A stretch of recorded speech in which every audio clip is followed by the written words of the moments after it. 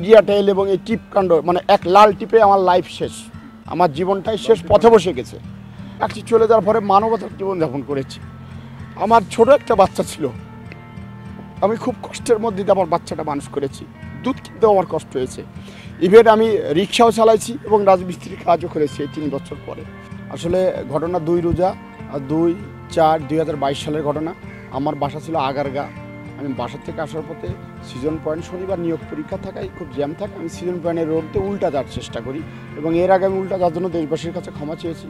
এবং উল্টা যাওয়ার সময় এক ভদ্র মহিলা উনি মোবাইলে কথা বলতে আসছিল, এসে আমার গাড়ির লুকিং গ্লাসের সাথে ধাক্কা লাগছিল। লাগার পরবর্তীতে ওনার ফার্স্ট রিয়েক্ট ছিল এই বাসটা একটু উল্টা গেলে কেন। পুলিশের সময় তখন ফ্যাসিলিটির সময় পুলিশের প্রতি মানুষের একটা বৈরী একটা মনোভাব ছিল, প্রকাশ ওই দিন উনি করলো। এখন আমি যখন গালি দিছে তখন আমি সরি বলে তখন চলে আসার চেষ্টা করি, যে যখন আমি উল্টা গেছি আমি তো অপরাধ করেছি। এখন আমি উল্টা যাওয়ার পরবর্তীতেও ধাক্কাটা লাগছে। আমি যখন চলে আসতে চাচ্ছি তখন উনি আমার পোশাক ধরা অবস্থা আমাকে টেনে ফেলে দিয়েছে। ঘটনাস্থলে আমি পড়ে নিজেকে খুব অসহায় মনে করে পরে আমি নিজে উঠে চলে গেছি। আর তাকে আমি এই বিষয়ে কোনো কিছু বলিনি, কিন্তু পরবর্তী 3 দিন পরে ইলেকট্রিক এবং প্রিন্ট মিডিয়া এবং বিশেষ করে টেলিভিশনে দেখতে পাই যে তৎকালীন লতা সমর্দার দাবি করে যে টিপ পরাকে তাকে এক মুসলিম কটূক্তি করছে। ইভেন আরেকটা জিনিস দেখবেন, বিভিন্ন সময় অনেক নিউজ করছিল যে আমি দাঁড়াইছিলাম ঘটনাস্থলে বসেছিলাম এবং আমার রেশন তোলার জন্য আমার বাজারে ব্যাগ ছিল, সেটারও মিডিয়ার, আমার তো টোটালি মিডিয়া ট্রায়াল, সেটাও আমার বাজারে ব্যাগকে বউ করার চেষ্টা করেছে, যেটা খুবই দুঃখজনক। আমি যে গাড়িটা চালাই সেটা বৈধ, সেটা চোরাই গাড়ি হিসেবে অনেকে প্রতিষ্ঠিত করার চেষ্টা করেছে। তা আসলে সেদিনের বিষয় আমার প্রতি বিগত ফ্যাসিস্টের আমলে সম্পূর্ণ বৈষম্য সৃষ্টি করা হয়েছে এবং দাড়ি টুপি থাকার কারণে যেন আমি বিশেষভাবে নিগৃহীত নির্যাতনের শিকার। এবং তৎকালীন ওই বিগত সরকারের আমল থেকেই আমি দাড়ি টুপি রাখলেই একজন নামাজ পড়তে পারে, আল্লাহর ভয়ে দাড়ি রাখতে পারে, নবীর সুন্নাত।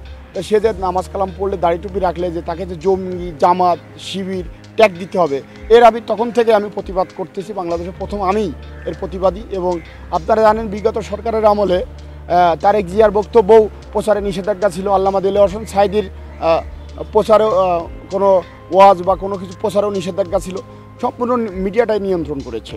তা আমি আসলে আমার আইনজীবীর সাথে আমরা আদালতে একটা মামলা দায়ের করেছি যাতে আমি ন্যায় বিচার পাই। তৎকালীন যে জিনিসটা ঘটি নাই, যে অপরাধটা, সেইটারে এক হিসেবে এই টিপ পরে যে অ্যাক্টারগুলো ছবি দিয়েছে তাতে তারা প্রমাণ করতে চেয়েছে যে আমি অপরাধী, যাতে বিশ্বব্যাপী বাংলাদেশ পুলিশের সুনাম নষ্ট হয়েছে। আমি পুলিশের সদস্য প্লাস আমার ব্যক্তিগত লাইফ, আর আমি চাকরি চলে যাওয়ার পরে মানবতার জীবনযাপন করেছি। আমার ছোট একটা বাচ্চা ছিল, আমি খুব কষ্টের মধ্যে দিয়ে আমার বাচ্চাটা মানুষ করেছি। দুধ কিনতেও আমার কষ্ট হয়েছে। ইভেন আমি রিক্সাও চালাইছি এবং রাজমিস্ত্রির কাজও করেছি এই 3 বছর পরে। পরবর্তীতে আসলে এই বিগত সরকারের সময় তো আমি মামলা করার সুযোগ পাই নাই এবং ছাত্র এই বৈষম্য আন্দোলনের ফসলের বিধায় আমি ডাক্তার ইউনূস স্যারকে ধন্যবাদ দিতে চাই। এবং ডাক্তার ইউনূস স্যারের কাছে আমার জোর দাবি যে স্যার আমি আপনার সাথে সরাসরি দেখা করে আমার কিছু কথা আছে যেগুলো আমি আপনাকে বলতে চাই। এবং সেই সাথে এই ছাত্রদের প্রতি আমি কৃতজ্ঞ, আর যারা মারা গেছে তাদের প্রতি দোয়া করি আল্লাহ তাকে জান্নাতবাসী করুক।